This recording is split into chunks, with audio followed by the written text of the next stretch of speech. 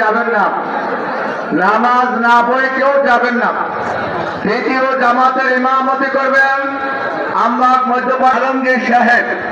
দ্বিতীয় জামাতের কেউ যাবেন না, যারা নামাজ পড়েন নাই কেউ যাবেন না।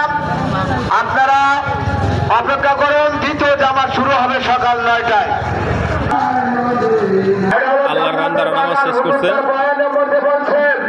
কোরআন হাদিসের আলোচনা যেখানে হয় এটা জান্নাতের বাগান।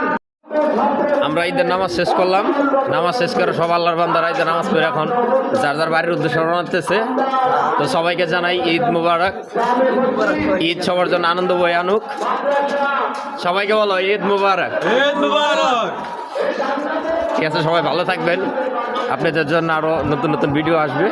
সবাই আমাদের পেজটাকে লাইক দিয়ে রাখবেন, ফলো দিয়ে রাখবেন। আল্লাহ হাফেজ।